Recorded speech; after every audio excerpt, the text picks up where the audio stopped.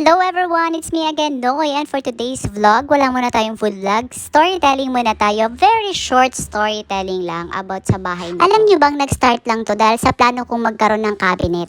Pero napunta sa room extension. At sabi ko, 200,000 lang ang budget ko. Sabi ni mama at papa, akin na pagkakasyahin namin. Ganon. Tapos yun na nga, scam nga ang 200,000 dahil hindi man lang siya umabot ng kisame. Dahil ganun na kamahal ang mga materyales at ang labor ngayon. So kung ako sa inyo guys, kung meron kayong uumpisahan, now na. Kasi pamahal na ang mga materyales ngayon. So to make the story short nga, na-inspire ako kina mama at papa. Kasi bakit sila? Hindi naman ganun kataas ang sahod nila. Pero napatapos niya kaming pag-aralin na dalawang magkapatid. Napatayo niya yung 3-story house namin at yung luma na bahay namin. Halos sila din ang nagmagasto dito sa bahay namin.